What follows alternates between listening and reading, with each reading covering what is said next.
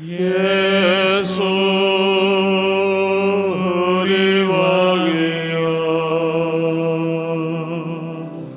이곳에 오셔서 보좌로 주여 임하사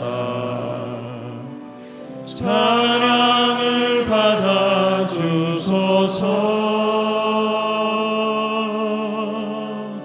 주님을 찬양하오니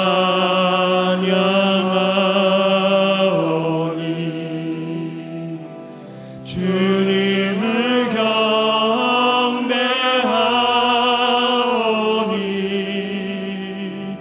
왕이신 예수여 오셔서 좌정하사 다스리소서.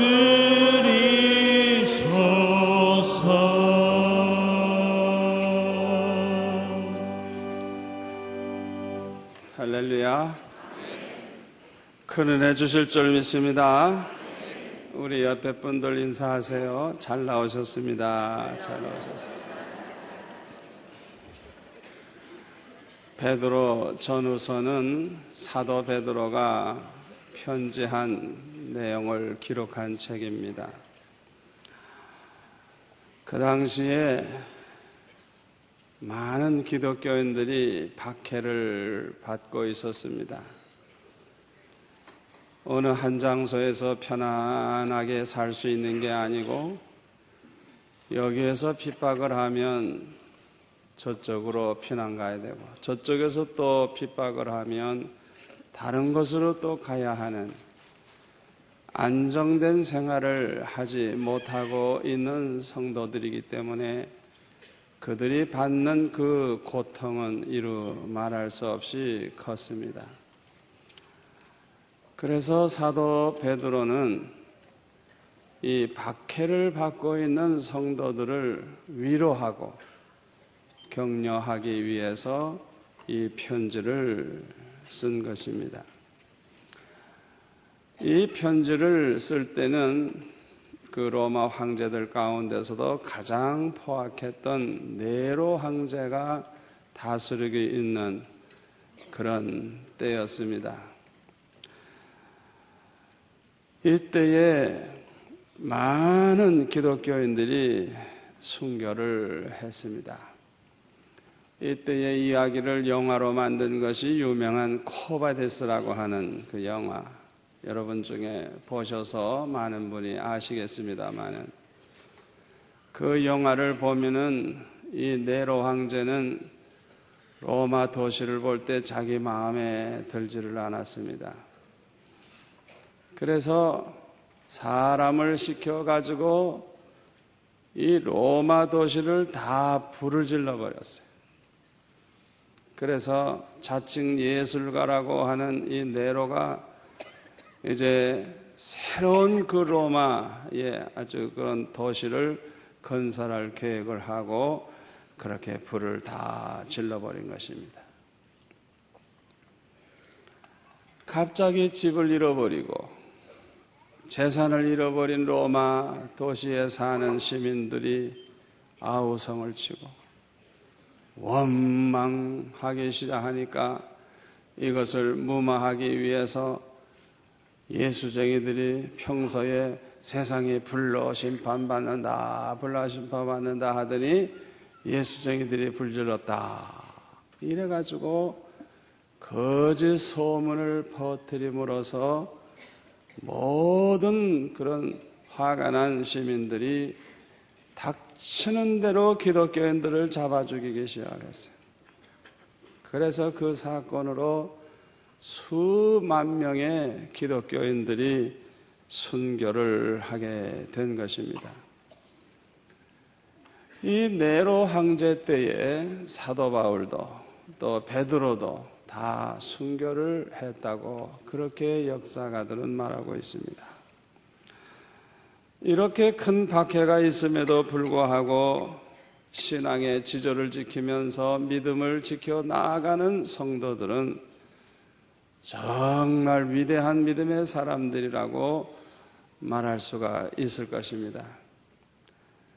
그럼에도 불구하고 이런 사람에게도 위로와 격려가 필요한 것입니다. 그래서 베드로는 이들에게 이 편지를 쓰게 된 것입니다. 오늘 본문에 보면은 사환들아 범사에 두려워함으로 주인들에게 순복하되 선하고 관용하는 자들에게만 아니라 또한 까다로운 자들에게도 그리하라 그랬습니다. 여기서 말하는 그 사환은 집에서 부림을 받는 종을 가리키는데 노예와는 조금 다른 성격의 그 일꾼들을 가리키는데 아무튼 그 당시에 노예나 사환이 많이 있었다고 합니다.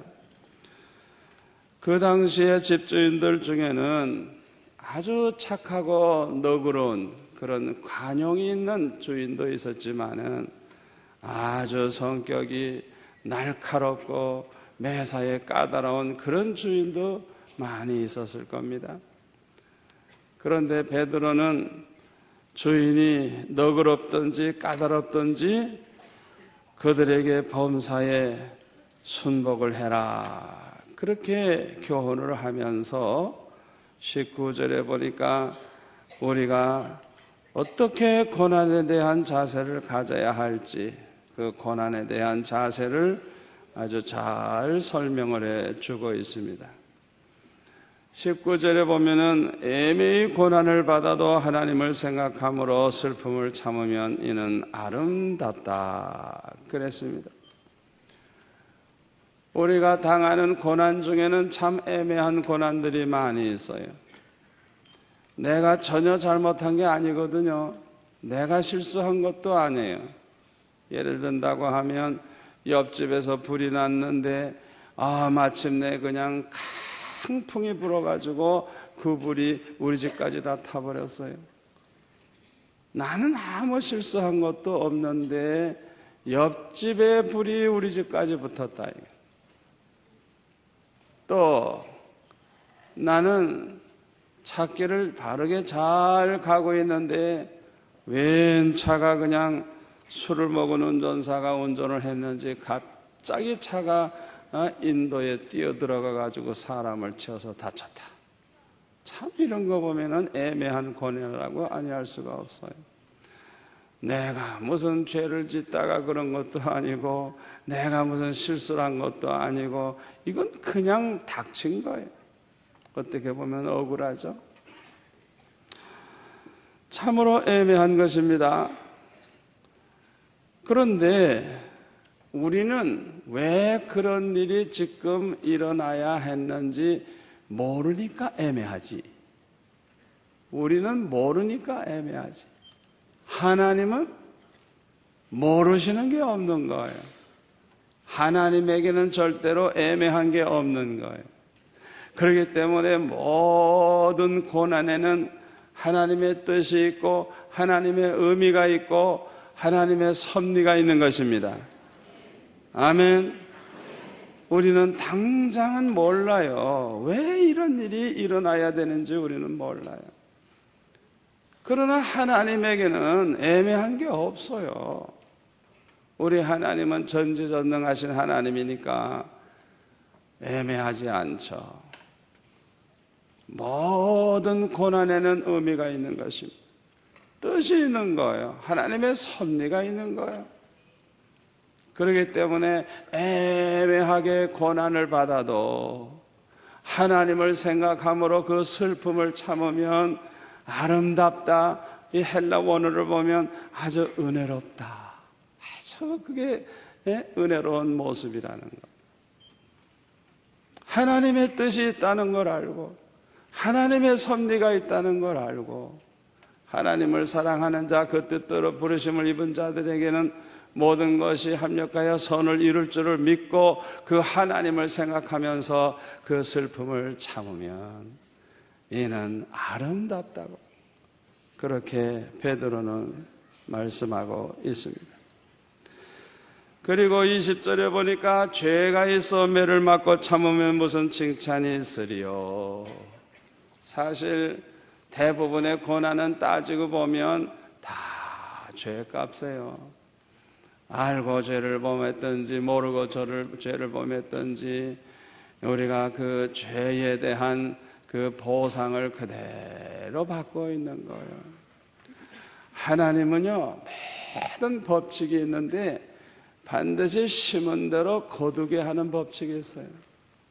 평소에 우리가 남에게 마음을 아프게 하는 일을 많이 하면서도요, 그걸 모르고 살 때가 너무 많아요.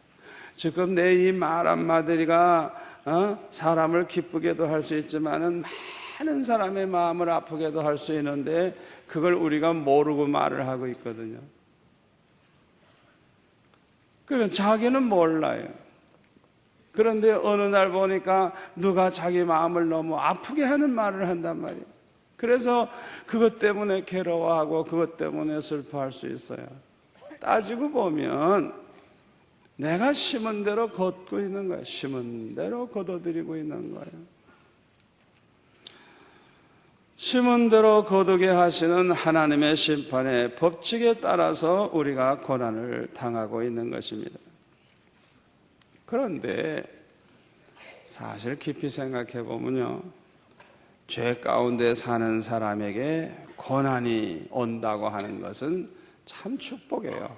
따지고 보면 축복이에요.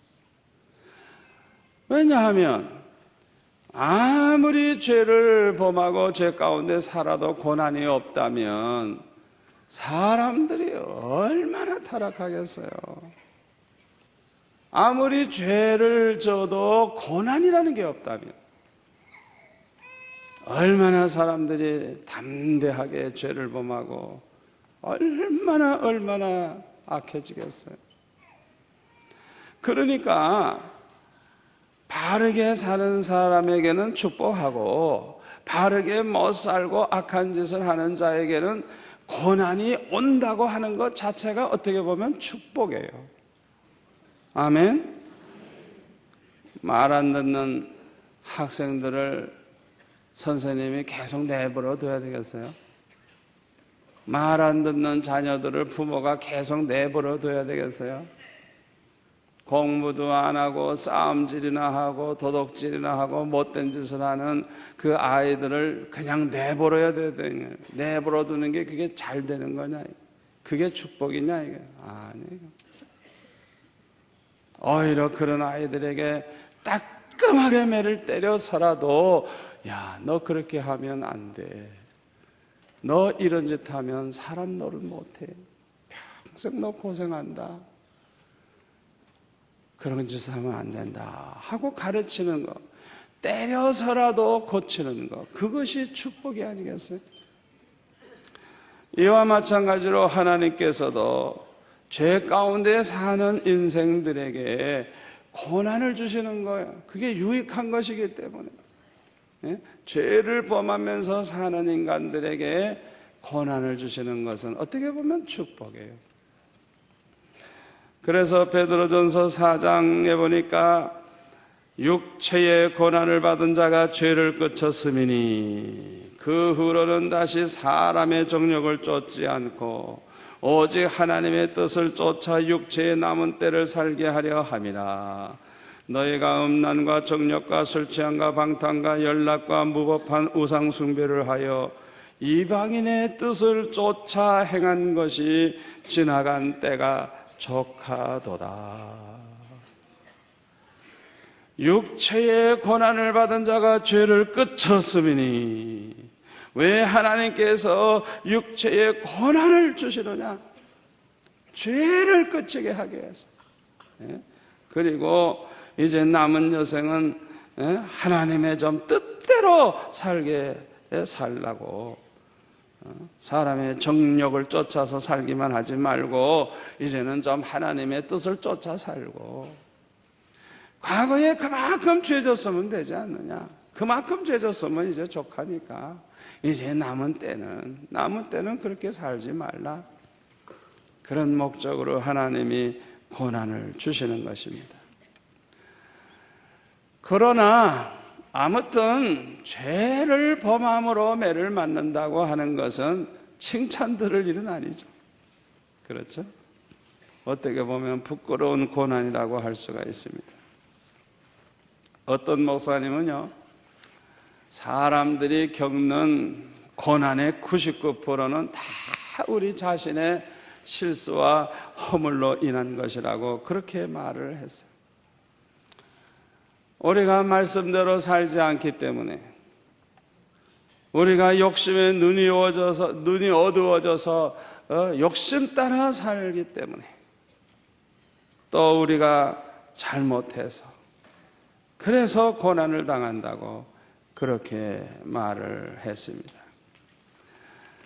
20절 하반절에 보니까 우리가 본받아야 할 고난은 그리스도의 고난이라는 것을 말씀하고 있습니다.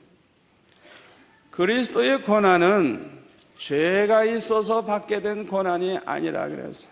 22절에 보니까 예수님은 죄가 없는 분이라 그랬어요. 죄가 없으신 분이에요. 또 예수님이 당하신 고난은 애매한 고난도 아니라 그랬어요. 예수님의 그 고난은 오직 우리를 위하여 받으신 고난이라 그랬어요. 21절에 보니까 그리스도도 너희를 위하여 고난을 받으사, 너희를 위하여, 너희들을 구원하기 위해서 고난받으셨다는 거예요. 구원을 위해서 받으신 고난이니 얼마나 선한 고난입니까? 선을 행함으로 고난받는, 우리를 구원하기 위해서 고난받는 가장 선한 일이라고 할 수가 있습니다. 예수님은 마지막에 십자가에 못 박혀 돌아가셨지만은 사실 예수님이 당하신 고난은 그 십자가의 고난만이 아니에요. 성경을 자세히 보면 이 유대 땅 베들레헴에 탄생하시는 그때부터 벌써 헤롯이 죽이려고 하죠. 뭐 가난하니까 마구간에서 태어났죠. 하여튼 출생하는 그때부터 이미 고난이 시작돼 가지고 마지막에 십자가에 못 박혀 죽으시는 거예요. 그러니까 예수님의 일생을 보면 전체가 고난의 일생이라고 말할 수가 있는 것입니다. 예수님이 당하신 이 고난은 오직 하나님 아버지의 뜻을 이루기 위해서 받으신 고난인 것입니다. 이것은 오직 하나님의 백성을 구원하기 위해서 이렇게 받으신 고난인 것입니다. 그러므로 요한복음 6장 38절에 보면 예수님은 이렇게 말씀하십니다. 내가 하늘로서 내려온 것은 내 뜻을 행하려 함이요 나를 보내신 그 하나님 아버지의 뜻을 행하려 함이니라. 나를 보내신 네의 뜻은 내게 주신 자 중에 내가 하나도 잃어버리지 아니하고 마지막 날에 다시 살리는 이것이니라. 아멘. 아주 분명하죠. 예수님이 그 영광스러운 보좌를 두시고 왜 이 세상에 오셔서 그렇게 출세하는 그 시간부터 마지막 순간까지 그렇게 고난을 왜 받으셨느냐? 예수님 자신의 뜻을 이루기 위해서가 아니라 예수님을 이 세상에 보내주신 하나님 아버지의 뜻을 이루기 위해서 자기가 이 세상에 와서 그 고난을 받으셨다는 거예요. 그 하나님 아버지의 뜻이 뭐냐? 하나님께서 창세전에 택하신 그 백성 중에 한 명도 잃어버리지 아니하고 마지막 날에 가서는 한 명도 빠트림이 없이 다 구원하는, 100% 다 구원하는 그 하나님의 뜻을 이루기 위해서 이 세상에 오셔서 고난을 받으신다는 것입니다. 사람들이 예수님을 십자가에 못 박아 죽이려고 잡으러 왔을 때 베드로가 검을 빼가지고 대제사장의 종 말고라고 하는 사람을 그냥 쳐서 그냥 이 귀가 막 떨어져 나가게 했어요. 이것을 보신 예수님이 이렇게 말씀하셨습니다. 네 검을 도로 집에 꽂으라. 검을 가지는 자는 다 검으로 망하느니라. 너는 내가 내 아버지께 구하여 지금 12영도 되는 천사를 보내시게 할 수 없는 줄로 아느냐? 내가 만일 그렇게 하면 이런 일이 있으리라 한 성경이 어떻게 이루어지리요? 그렇게 말씀을 하셨어요. 예수님께서 마지못해서 힘이 없어서 이렇게 끌려가고 이렇게 십자가에 못 박혀 죽는 게 아니라는 거예요. 예수님이 십자가 지시기 싫다고 하면 이제라도 천사를 부르면 그냥 그 천사들이 삽시간에 이 원수들 다 멸할 수 있다는 거예요. 그렇게 하면 하나님의 예언의 말씀은 다 거짓말이 될 거 아니냐. 하나님의 예언의 말씀은 메시아가 와서 십자가를 지심으로 우리를 구원한다 그랬는데, 그러니까 예수님은 능히 십자가 앉을 수 있고 앉을 수 있는 능력도 있지만은 자원에서 기쁨으로 십자가의 고난을 받으셨다는 것을 여기서 우리는 알 수 있는 것입니다. 또 베드로전서 2장 22절에 보니까 저는 죄를 범치 아니하시고 그 입에 괴사도 없으시며, 이 괴사라는 말은 거짓으로 남을 속이는 그런 행위를 가리켜요. 예수님은 절대 그렇게 말하신 적이 없다는 거예요. 또 욕을 받으시되 대신 욕하지 아니하시고 고난을 받으시되 위협하지 아니하시고 오직 공의로 심판하시는 자에게 부탁을 하셨다고. 예수님은 저들이 욕한다 그래서 막 욕을 하고 말이죠. 예? 저들이 지금 괴로움을 준다 그래서 너 두고 보자. 너 두고 보자. 너는 몇 배로 네가 이제 망할 것이다. 이런 말 절대 하신 적이 없는 거예요. 그저 잠잠히 고난을 받으시면서 그 모든 걸 공의로 심판하시는 하나님께 다 부탁만 했다는 거예요. 특히 24절에 보면은 친히 나무에 달려 그 몸으로 우리 죄를 담당하셨으니 이는 우리로 죄에 대하여 죽고 의에 대하여 살게 하려 하십니다. 저가 채찍에 맞음으로 너희는 나음을 얻었나니. 이사야 53장에 나오는 그 말씀이 생각나는 구절이죠. 그가 찔림은 우리의 허물을 인하며 그가 상함은 우리의 죄악을 인함이라. 그가 징계를 받음으로 우리가 평화를 누리고 그가 채찍에 맞음으로 우리가 나음을 입었도다. 우리는 다 양 같아서 그릇 행하여 각기 제 길로 갔거늘 여호와께서는 우리 무리의 죄악을 그에게 담당시키셨도다. 그가 곤욕을 당하여 괴로울 때에도 그 입을 열지 아니하였으며 마치 도수장으로 끌려가는 어린 양과 털 깎는 자 앞에 잠잠한 양같이 그 입을 열지 아니하셨도다.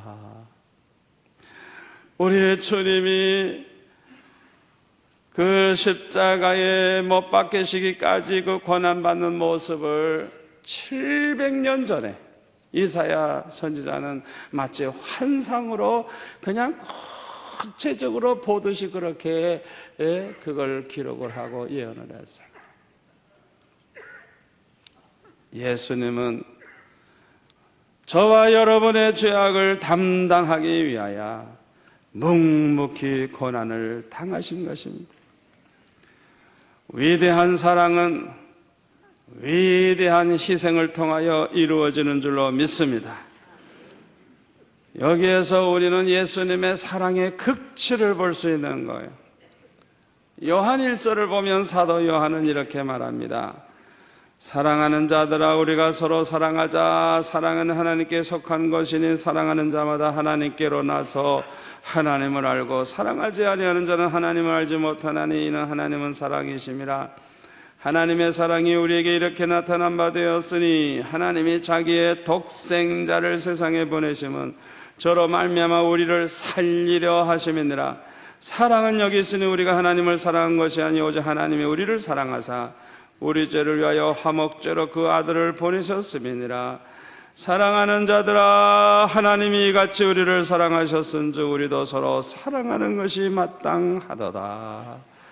그가 우리를 위하여 목숨을 버리셨으니 우리가 이로써 사랑을 알고 우리도 형제들을 위하여 목숨을 버리는 것이 마땅하니라. 사도 요한은 이렇게 말씀하고 있습니다.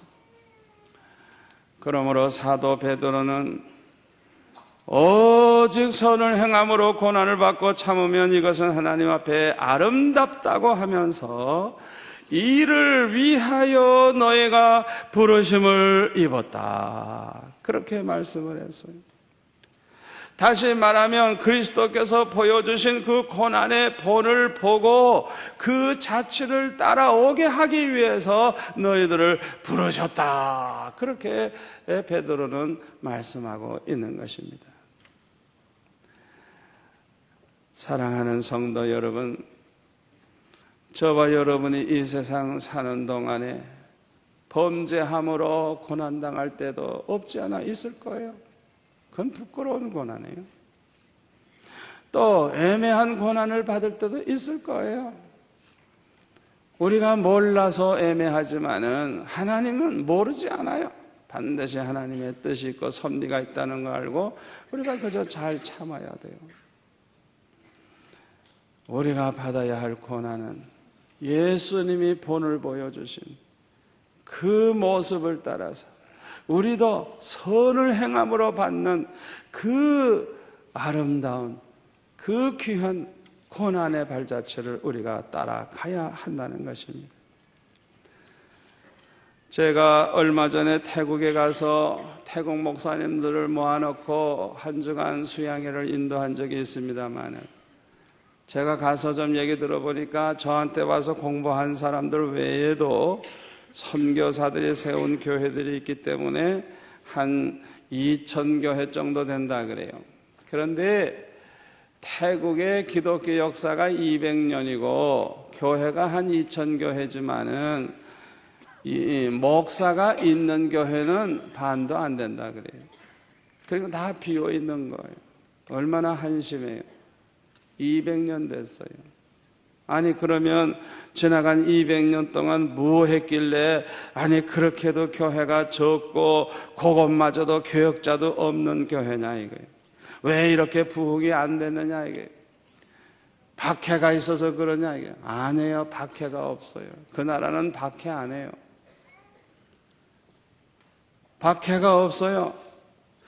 오히려 이렇게 부흥이 안 되는 이유가 뭐냐? 박해가 없기 때문에 그래요. 태국에는 순교자가 없어요. 순교자가 없어요. 아무도 예수 믿으면서 죽겠다는 사람이 없단 말이에요. 순교를 한 사람이 없어요. 여러분, 순교자가 없는 교회는 절대 부흥이 안 됩니다.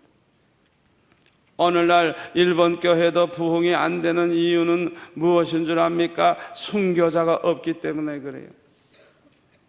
일본에는 1,000명 중에 4명 정도가 교인입니다. 0.4%. 점점 더 줄어요. 왜 일본 교회는 부흥이 안 되느냐? 순교자가 없기 때문에 그래요. 신사 참배를 할 때 우리나라에서는 신사 참배 안 하겠다고 목숨을 걸고 싸우고 매를 맞고 감옥에 가고 또 많은 사람들이 순교를 했어요. 그러나 일본에는 그런 일이 없었어요. 신사 참배하라 하면 신사 참배하고 그냥 따라간 거예요. 아무도 순교할 생각을 안 하는 거예요. 여러분 잘 들으세요. 예수를 믿어도 고난은 안 받겠다고, 예수를 믿어도 구원만 받고 십자가는 지지 않겠다고, 그런 사람들이 모이는 교회는 절대로 부흥이 있을 수가 없어요. 고난이 없는 교회는 부흥이 될 수가 없어요. 순교자가 없는 교회는 부흥이 될 수가 없어요. 한국 교회가 이만큼이라도 부흥이 된 것은 주기철 목사님, 손양원 목사님과 같은 순교자가 있기 때문인 것입니다. 아멘. 예수님께서 하나님 아버지의 뜻을 이루기 위하여 십자가에 못 박혀 죽으시기까지 한 것처럼 저와 여러분도 예수님의 그 발자취를 따라 가야 하는 것입니다. 우리도 하나님 아버지의 뜻을 이루기 위해서는 예수님이 십자가에 달려 죽으신 것처럼 우리도 순교를 각오해야 되는 것입니다. 목숨을 바칠 각오를 해야 되는 것입니다. 하나님 아버지의 뜻은 하나님이 택해 놓으신 백성 중에 하나라도 잃어버리지 아니하고 마지막 날까지 다 구원하는 것이 하나님의 뜻인데, 예수님이 그 하나님의 뜻을 이루기 위하여 십자가 지신 것처럼 저와 여러분도 예수님의 그 발자취를 따라서 그리스도가 보여주신 그 고난의 본을 우리도 따라서 가야 하는 것입니다. 세상에 이보다 귀한 일이 어디 있겠습니까? 하나님의 택한 백성들을 구원하기 위하여 십자가를 지는 이런 일보다 더 선한 일이 어디 있겠습니까? 그러므로 이 일을 위해서 저와 여러분은 어떤 고난도 달게 받아야 하고 순교도 각오해야 할 줄로 믿습니다. 이를 위하여 우리가 부르심을 받았다고 오늘 본문에 보면 분명히 말씀하고 있어요.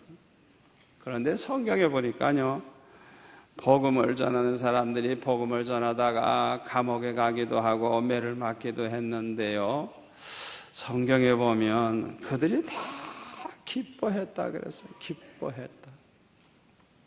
심지어 순교를 하면서도 기쁨이 넘치는 가운데 순교를 했어요. 스데반이 복음을 전하다가 돌에 맞아 죽는데도 얼굴을 찌푸리고 그냥 아우성을 치고 죽었다 그러지 않았어요. 얼굴이 천사와 같은 얼굴로, 천사와 같은 얼굴로, 오히려 돌로 치는 그 사람들이 자기가 하는 일이 뭔지 몰라서 저런 짓을 하니까 저들의 죄를 저들에게 돌리지 말아달라고, 불쌍히 여겨주시고 용서해달라고 오히려 그렇게 기도하면서 천사와 같은 얼굴로 순교를 했다 그랬어요.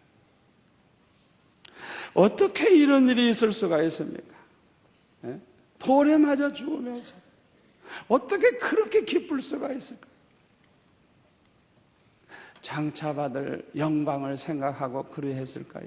물론 그럴 수도 있겠죠.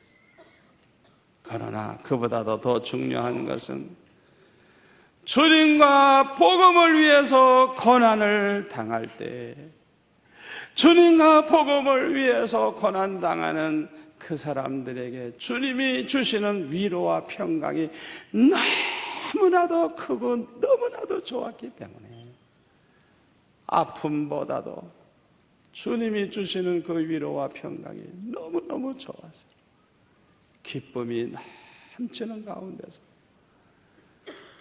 오히려 즐겁게 순교를 할 수 있었던 것입니다.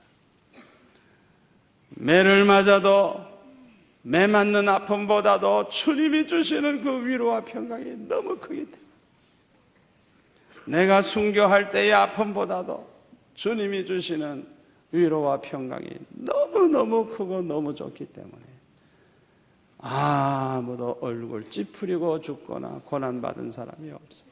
다 기쁨이 넘치는 가운데 그 고난을 이기고 순교를 했던 것입니다. 저와 여러분이 주님의 고난을 생각하면서 우리도 기꺼이 하나님의 뜻을 이루기 위한 그 고난의 대열에 동참하지 아니하시렵니까? 저와 여러분도 주님의 뜻대로 살면서 주님이 주시는 위로와 평강으로 항상 기쁨이 넘치는 성도가 되시기를 축원합니다. 기도하겠습니다. 아버지 하나님 감사합니다. 오늘 주신 말씀이 우리에게 축복이 될 줄로 믿습니다. 우리가 주님이 우리를 위해 고난받으심으로 구원 얻은 것처럼 우리도 고난을 달게 받음으로써 하나님의 뜻을 이루어드리는, 주님이 걸어가신 그 발자취를 따라가는 제자들이 되게 하여 주옵소서. 예수님의 이름으로 기도하옵나이다. 아멘.